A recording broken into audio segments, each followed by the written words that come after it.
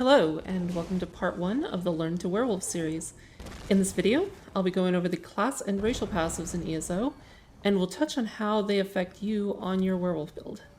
While all classes and races bring something to the table for the werewolf playstyle, they are not all the same, and you may find that one class and race combination suits your particular playstyle better than another. Let's get started. The first class on our list is the Dragonite. This class excels at survivability and can bring some strong sustain to your werewolf build. In the Ardent Flame tree, Dragonite has the Combustion and World in Ruin passives. Combustion will return magicka when you proc Burning and Stamina, when you proc Poisoned. As a werewolf, this can be accomplished with poisons, the Poison Weapon enchant, or the Fiery Weapon enchant, in addition to some sets. The World in Ruin passive will increase your poison and flame damage by 5%. This isn't a huge amount, but it might be worth considering when choosing your build. The Draconic Power tree has the Iron Skin and Scaled Armor passives.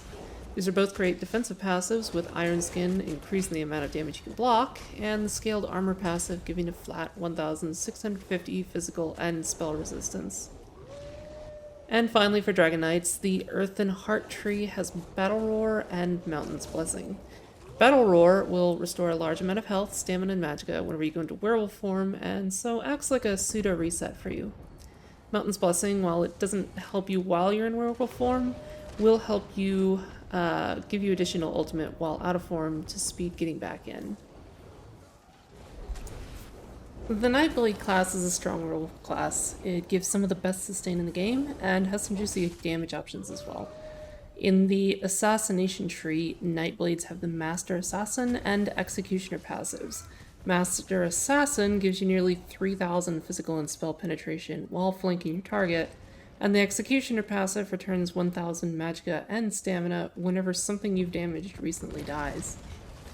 The Shadow tree has the Refreshing Shadows passive.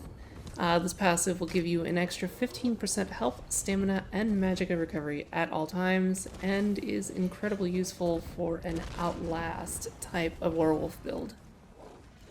Finally, the Siphoning tree has two passives that will assist in getting into werewolf form faster: the Catalyst passive, which gives 20 ultimate whenever you use a potion, and the Transfer passive, which generates 2 ultimate every 4 seconds whenever you use a shadow ability in combat. Next up, the Necromancer comes with a mix of passives that can benefit werewolves. In the Gravelord tree, you have the Rapid Rot passive. This increases the damage over time damage by 15% and synergizes well with the Berserker morph of the werewolf transformation and the bleed that it applies on light attacks. The Bone Tyrant tree has the Last Gasp passive, giving you a flat 1,250 additional health, and also has the Necrotic Potency skill. This skill gives insane ultimate regen, giving you 6 ultimate per corpse consumed, getting you back into werewolf form faster. Finally, the Living Death tree offers the Curative Curse passive and the Corpse Consumption passive. Living Death will increase the healing you do while you have a negative effect on you, and Corpse Consumption gives you 10 ultimate every 16 seconds when you use an ability that consumes a corpse. Overall, the Necromancer has a great toolkit for a Berserker werewolf build, with its ultimate generation and extra dot damage.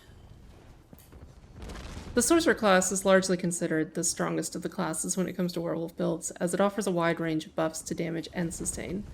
In the Dark Magic tree, you will have the Unholy Knowledge and Persistence passives. The Unholy Knowledge passive is an excellent sustain passive, reducing your non-ultimate ability costs by 6%, and the Persistence passive further drives the sustain home by reducing the cost of your next ability after blocking by an additional 15%. The Daedric Summoning tree has the Power Stone passive. This passive reduces the cost of your ultimate abilities by 15%, and is why Sorcerer has the lowest bar to get into werewolf form of all the classes. Finally, the Stormcalling tree has the Capacitor, Energized, and Amplitude passives. Capacitor increases your magic recovery by 10%, which helps you to keep your heals up when pressed. The Energized passive increases your physical and shock damage by 5%. This can apply to your weapon enchants as well, making the shock weapon enchant a viable option.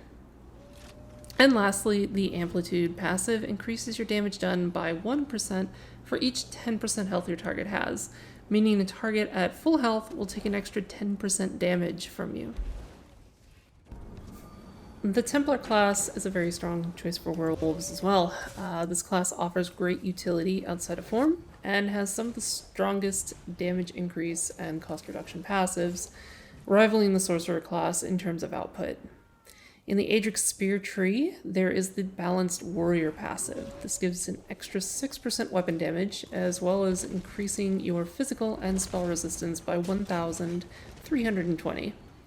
The Dawn's Wrath tree has the Prism and Restoring Spirit passives. Prism generates 3 ultimate every 6 seconds whenever you cast a Dawn's Wrath ability, getting you into werewolf form faster. And the Restoring Spirit passive reduces the health, stamina, magicka, and ultimate cost of all of your abilities by 5%. Finally, the Restoring Light tree offers the Master Ritualist passive. This is a great utility piece to have in both PvE and PvP, increasing your resurrection speed by 20% and causing allies you've resurrected to return with a full bar of health. The last class on our list is the Warden class. This class gives some strong options for getting into werewolf form quickly and can work well with a tanky sort of werewolf build. In the Animal Companions tree, there is the Savage Beast passive. This will generate 4 ultimate every 8 seconds whenever you use an Animal Companion's ability. In the Green Balance tree, you have the Maturation passive. This gives the target of your heals, including you, the Minor Toughness buff, increasing their health by 10% for 20 seconds. This is one of the only ways to get this buff. The Winter's Embrace tree offers the Glacial Presence, Icy Aura, and Piercing Cold passives, as well as the Shimmering Shield skill. Glacial Presence increases the critical damage you do to enemies that have been recently afflicted with the Chill debuff. The Icy Aura passive reduces the effectiveness of snares applied to you by 15%. In PvP, this is huge, as snares are one of the quickest ways for a werewolf to find themselves taking a dirt nap. Next, the Piercing Cold passive increases your magic and frost damage by 10%. This applies to your weapon enchants and any set you may be running. The Shimmering Shield skill is a great defensive ability, absorbing damage from projectiles, returning magic to you, and giving you major heroism for 6 seconds when you absorb damage from a ranged attack, helping you to get back into werewolf form faster. In addition to your class, it is important to choose a race that works well with the type of werewolf build you'd like to make. Some races synergize better with some classes than others, and those distinctions can make a big difference. So, let's take a look at the races in ESO and what they bring to the table. First up, the Argonians have an additional 50% increased swimming speed, which can be useful for getting around. They also do an additional 6% healing, which will keep them alive and in the fight. They get an extra 1,000 maximum health and an additional 2,310 disease and poison resistance. The poison resistance in particular is useful for werewolves, as you do take additional poison damage while a werewolf. And Argonians also get an additional 1,000 magicka and stamina. And when they drink a potion, they restore 3,125 health, magicka, and stamina, turning basically any potion that you drink into a tri-stat potion. The Bretons gain an additional 1% alliance points, which can be useful while you're PvP. They gain an additional 2,000 maximum magicka, as well as 2,310 spell resistance. That number, however, is doubled if they are afflicted with burning, chilled, or concussed, which are very common in PvP. They also get an additional 130 magicka recovery, which keeps their heals going, while also reducing the magicka cost of their abilities by 7%. The Dark Elf reduces the damage taken from environmental lava by 50%. They get an extra 1,910 maximum magicka and stamina. They get an additional 4,620 flame resistance. And they get an additional 258 weapon and spell damage. The High Elf increases your experience gain by 1% and restores stamina or magicka whenever you activate an ability based on whichever is lowest. It can occur once every 6 seconds, and whenever you're using an ability with a channel to cast time, A high elf will take 5% less damage. This actually functions really well if you chose Templar as your class.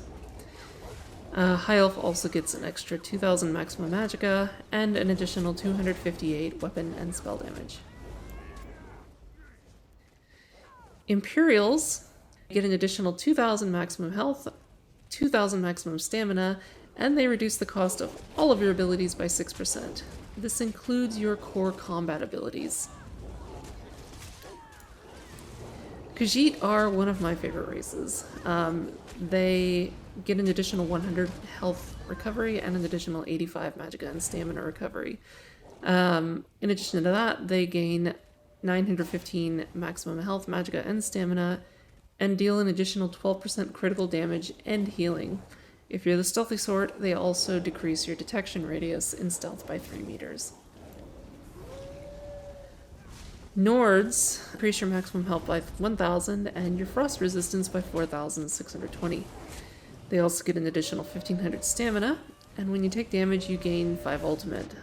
That can happen once every 10 seconds, which makes Nords one of the best for getting back into werewolf form.